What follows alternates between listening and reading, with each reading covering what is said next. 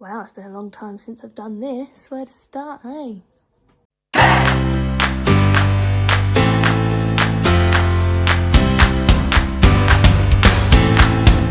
Hi, my name's Chloe.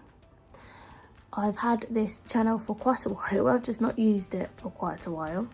The last time I actually posted a video, and I was checking this the other day, I was very intrigued to find out. It was the 16th of August 2015 and it is now 2020. So it's been almost 5 years since I posted my last video. That has been crazy, absolutely crazy. So much has happened in that 5 years. It's mental, absolutely mental. So I'm going to fill you in on what's happened in my life the past 5 years. We are currently in a lockdown. What's the date today?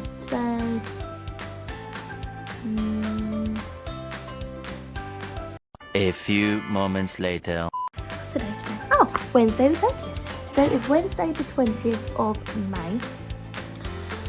We are all currently in a lockdown due to coronavirus. We've been in lockdown since the 23rd of March. So it's always been 2 months now since we have been in lockdown. And I do not know what day it is today. It's come to that point where all the days are blending into one. The only time that kind of breaks up for me is when I have to take Tom to work. Speaking of Tom, one of my last actually talking videos, I said I had found a guy, Tom, in 2014. We've been together for 6 years now. He proposed to me on the 1st of September 2016.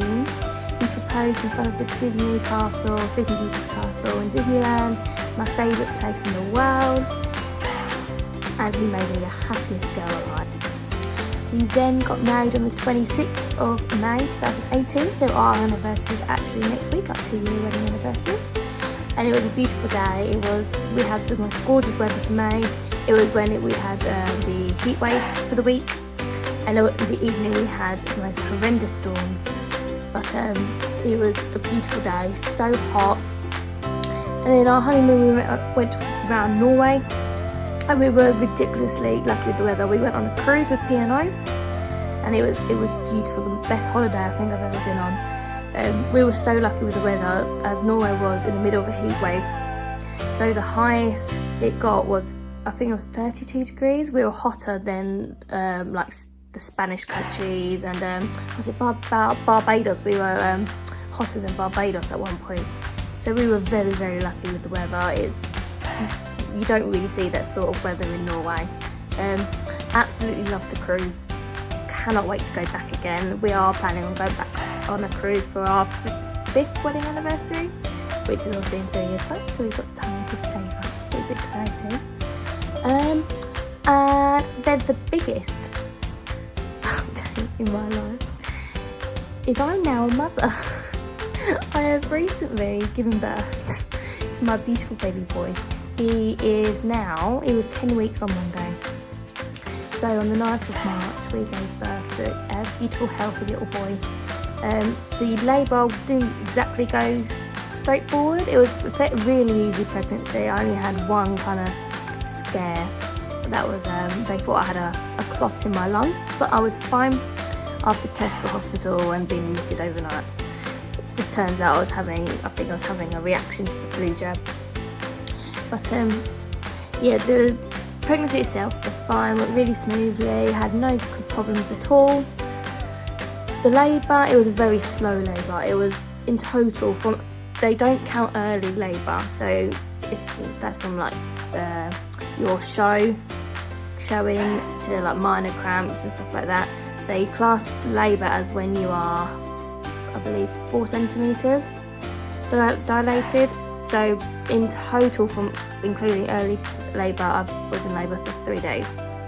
So it started on the Saturday morning, and I had him on the Monday night at 11:36 in the evening.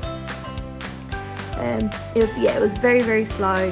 The first 2 days, so Saturday and Sunday, I was in absolute agony, no pain, apart from taking like paracetamol, which is the only thing you're allowed to take at home.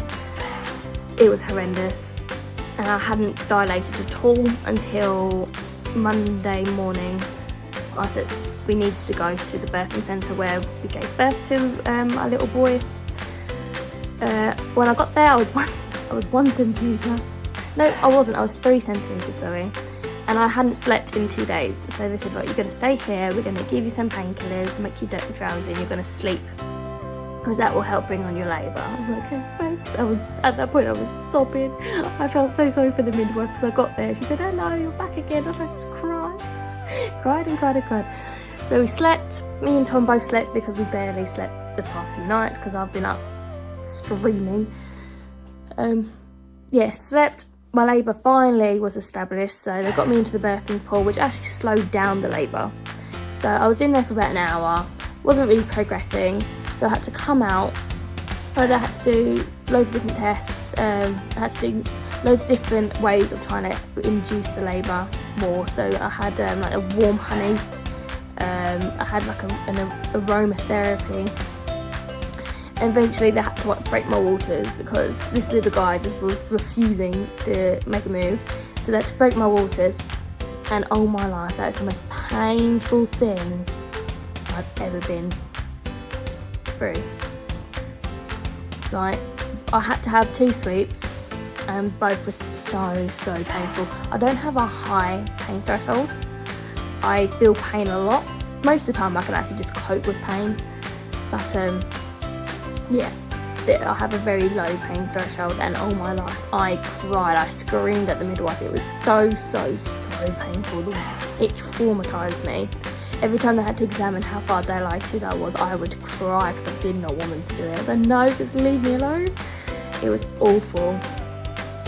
Because saying that, I have a low pain threshold, but the only painkillers, the pain relief I had while in labour was gas and air. I didn't have anything else. Didn't have an epidural, didn't have pethidine, nothing, just gas and air. So I'm pretty chuffed with myself that that's the only thing I had. So it was a very slow labour. But after they broke my waters, everything kind of came quickly, but then I started pushing way too early. So my cervix actually swelled up, and I was about to be admitted to hospital. I was about to go in an ambulance, and then he decided, no, I'm going to make my appearance now. So out he came, and then I did have to be admitted to hospital afterwards. So I literally only had about 10 minutes cuddle with the little boy, and then I got shipped off to the hospital. My poor husband was left behind with a newborn baby, and he's like, I have no clue what I'm doing. But he did so well. Luckily my parents turned up about half hour before he arrived. So then my parents were with him and took him to hospital, and they drove him with my baby, and then met us there. And we were in hospital for about 4 days for me to recover, and he was reluctant to feed. So we had to sort him out, but now he's fine. He's a fat baby, and he's crying. Hold on. Okay, he's fine.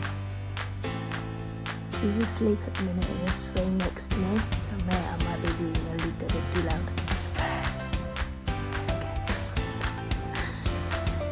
Oh, he's smiling. I would eventually like to put him in these sort of videos, but at the minute where he's so small, I'd rather keep him away. Just for like safety reasons really. Like, me and my husband have decided we're not going to put many photos of him on social media either, unless someone's with him. So unless it's a picture of me and Tom, or with him, or me with him, Tom with him, or family members, friends, etc. Not that anyone has actually met him. Yeah, we've decided to kind of keep him away from social media, because you don't know who's out there. You don't know if how people can get these sort of photos, but they do. So we've decided to kind of keep him away from social media. So yeah, he was born on the 9th of March. 2 weeks later, we all went into lockdown. So I've been first time mum, not actually done this before. Yeah, I've got childcare experience from 5.5 years working in nurseries and stuff. But first time mum in lockdown, it's been hard, very hard. Not many people have met him. My family have met him. Most of Tom's family's met him. Are you laughing? Tom's mum hasn't met him yet, unfortunately, but she will be one of the first ones to meet him once lockdown is finished. yeah, so me and Tom have been at this all by ourselves. Tom is still going to work. He is a key worker during this time, so he doesn't work often. He works probably about 3 days a week, so it's not too bad. But yeah, so we've had to learn parenthood on our own, which is extremely difficult, but we are coping really well actually. We try and FaceTime our family a lot, so the little one knows who everyone is. I FaceTime my family every day. We try and FaceTime Tom's family, as often as we can, just so then he knows who they are, knows their voice, so when it comes to coming out of lockdown, then he doesn't feel overwhelmed by all these strange people. So he will at least recognise voices, even if he doesn't know the people. It would be slightly easier on him, I think.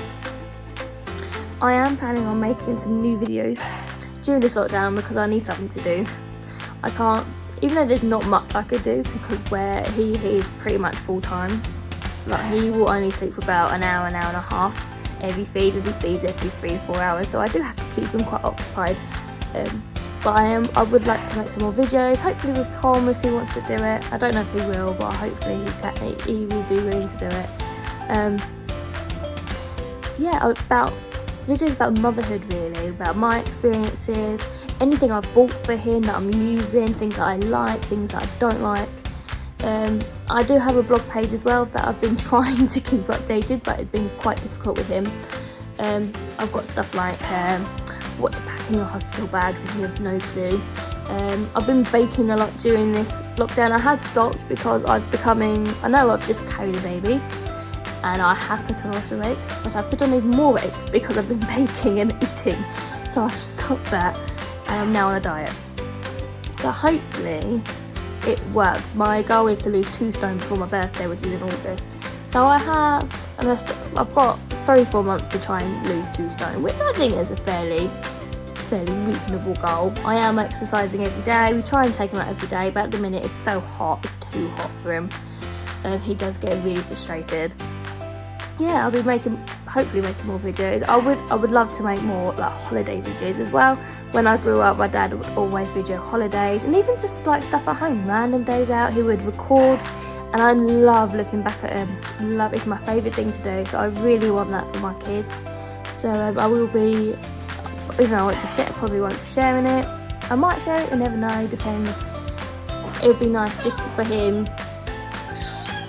He's crying again, hold on. The kettle on for his bottle, because no doubt he's probably getting a bit hungry. Yeah, so I am actually going to wrap this here because he will probably start crying again. He's in and out of sleep at the minute, so he will probably wake up, which means I'm going to have to keep him occupied. But yeah, I will make more videos soon for sure. I do miss it. I keep watching everyone else's videos.